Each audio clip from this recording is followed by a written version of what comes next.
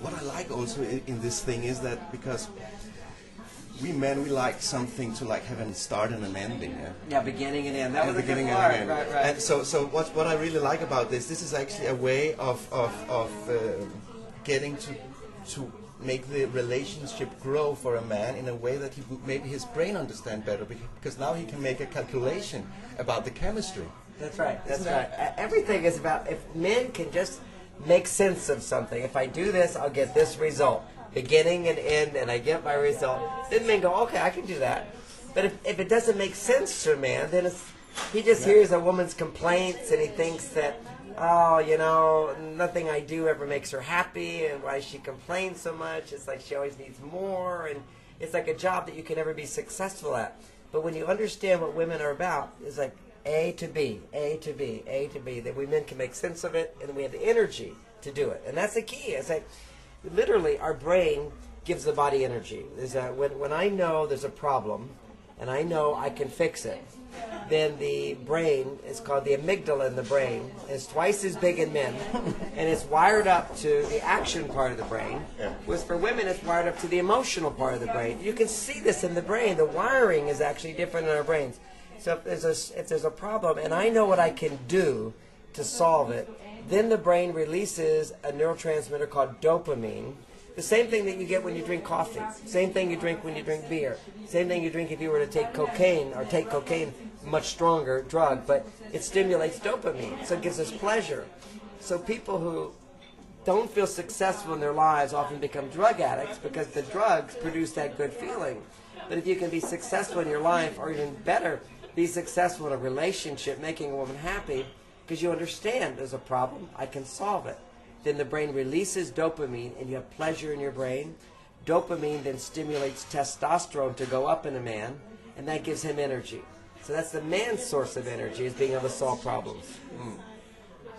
Actually, what also I think is funny is in some way, what I think is, and I also talk about that with some of my colleagues, is that if we lived more like in the older days, Oh yeah, men and women. Yes, yes. And I know that a lot of people are like that. Right. That thought. But I think actually in some ways that would be better for us as men and women. Oh. But how do we adapt that into the modern society in the best way, actually? Well, here's what, if you look at the olden days, and I travel around the country, around the world, and you'll see in societies which are not modern, okay, we call it, indigenous cultures, okay, in indigenous cultures, men and women get along much better than today. And women don't complain about their husbands, they don't complain, they don't go to marriage counselors or anything. People have problems, but they're different kinds of problems. But they're not between the men and the women like we have today. And it's like we have our separate worlds. And what was good about those worlds is that in men's separate world, they're doing what traditional male activities stimulate testosterone. That keeps men's stress levels down. Women's traditional activities, like homemaking, nursing, cooking, cleaning, these are old-fashioned ideas where women do all of that and men don't. Basically in some cultures, if a man helps out with cleaning, the woman gets mad at him. No, that's my job.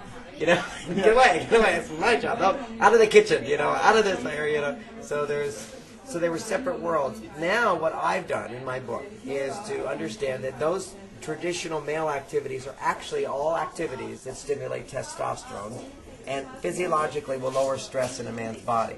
And this is not cultural. This is not culture at all. And when women go into becoming like men today, they do the jobs that require risk and danger, jobs that require urgency, jobs that require emergency, jobs that require extreme responsibility, like it's all up to you. And if you're not there, the whole thing crashes down. That's the risk. When there's risk and danger, testosterone goes up.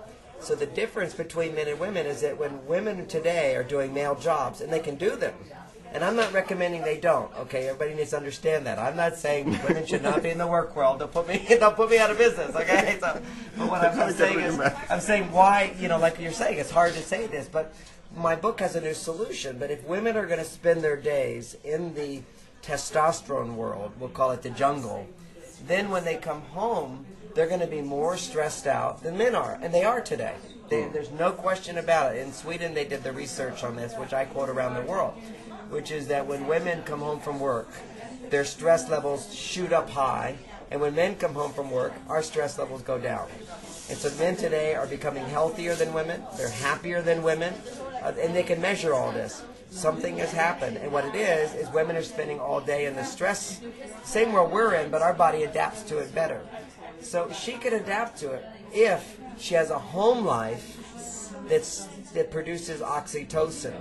But the old-fashioned things that produced oxytocin, like cooking and cleaning and taking care of children and socializing, whatever, that produces oxytocin, but you need about 8 hours of it for women to really lower their stress. So in my book, I talk about super oxytocin producers, and this is having a man in your life is one of the super oxytocin producers.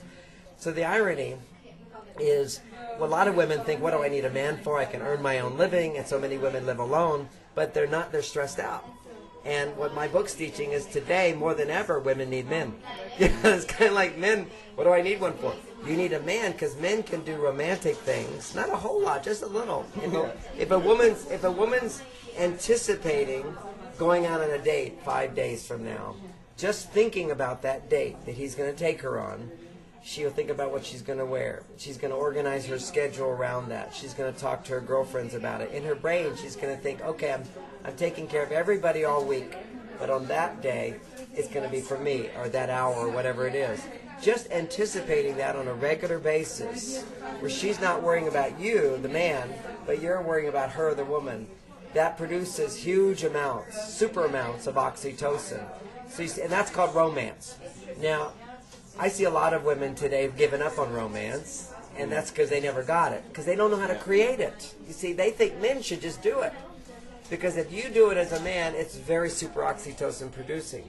If she has to ask you to do it, which is what my book teaches, if she asks, will you plan this date? I would like to go here. There's a concert. I'd really love to go. Will you get tickets and plan it and take me? That's all she has to do.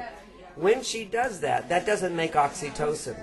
But once you say, yes, I'll do that, and now you know what to do. Men don't know what to do to make women happy. You never know what to do to make a woman happy. They don't even know what you can do to make them happy. So you, once she asks, then you say yes. Then when you deliver the goods and take her on the date, her oxytocin levels, are going to start going up.